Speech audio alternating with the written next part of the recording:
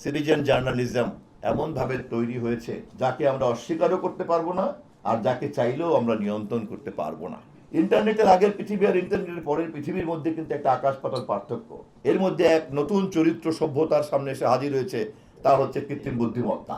আমি গণমাধ্যমের বিশেষ করে সাংবাদিক ভাইজনদেরকে আমি অনুরোধ করব যে নিয়মিত যে গণমাধ্যম অথবা মূলধারার যে গণমাধ্যম অথবা সরকারের সঙ্গে সংশ্লিষ্ট প্রক্রিয়ার মধ্যে যে গণমাধ্যম, এর বাইরেও এখনকার পৃথিবীতে সিটিজেন জার্নালিজম এমনভাবে তৈরি হয়েছে যাকে আমরা অস্বীকারও করতে পারবো না, আর যাকে চাইলেও আমরা নিয়ন্ত্রণ করতে পারবো না। এই বাস্তবতা সম্পর্কে বিভিন্ন সময় আমরা গিবাদ গাই বটে, এই বাস্তবতা নিয়ে আমরা বিভিন্ন সময় আমাদের অস্বস্তি প্রকাশ করি বটে, কিন্তু খুব কম লোকই পাওয়া গিয়েছে এই বাস্তবতাকে কাঠামোবদ্ধ করার জন্য। আপনারা নিশ্চয়ই জানেন, গত কিছুদিন আগেও অস্ট্রেলিয়াতেও আইন পাশ হয়েছে। আপনারা নিশ্চয়ই জানেন, সম্ভবত গতকাল পরশু ব্রিটিশ পার্লামেন্টে আইন পাশ হয়েছে। ইউরোপিয়ান ইউনিয়ন ইতিমধ্যেই এ ব্যাপারে খসড়া আইন করেছে। ফলে এই মুহূর্তে print media, terrestrial media, digital media এবং আপনার satellite media, web page, portal, নানান রকম মাধ্যমের মধ্যে কিন্তু আমরা জড়িত হয়ে গেছি।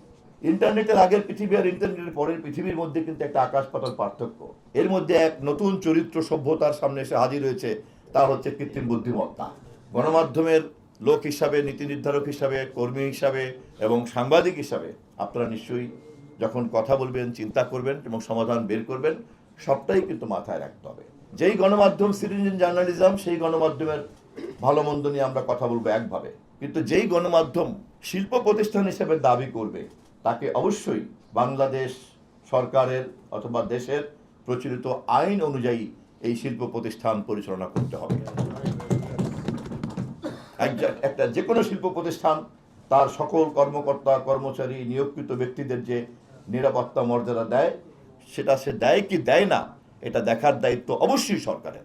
একই সঙ্গে সব শিল্প প্রতিষ্ঠানে লাভের জন্য নয়, সভ্যতার এই পর্বে কিছু শিল্প প্রতিষ্ঠান থাকতেই পারে যা জনকল্যাণের জন্য।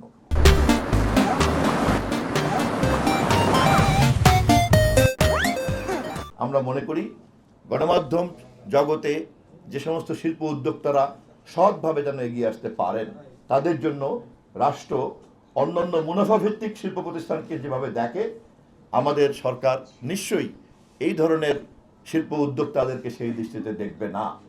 আপনারা জানেন, উদ্ভাবনী শিল্প পৃথিবীতে যেখানে যেখানে আছে সেখানেই সরকারের পৃষ্ঠপোষকতা ছাড়া তা চলে না। সৃষ্টিশীলতা এবং প্রতিভা চর্চা যারাই করেন, তাদের কোনো না কোনোভাবে রাষ্ট্র এবং সমাজের পৃষ্ঠপোষকতা দরকার হয়। কারণ এই ধরনের প্রতিভাকে পৃষ্ঠপোষকতা না দিলে সভ্যতা নতুন পথ খুঁজে পায় না। গণমাধ্যম জগৎ সেরকম একটা জগৎ। অতএব একদিকে যেমন শিল্পের সমস্ত আইন কানুন বাস্তবায়িত হচ্ছে কিনা রাষ্ট্র তা দেখবে, অপরদিকে এই ধরনের সৎ শিল্প উদ্যোক্তাদেরকে আমরা যাতে রাষ্ট্র সহযোগিতা করতে পারি, ইনসেন্টিভ দিতে পারি, সেটাও আমাদের চিন্তার মধ্যে আছে।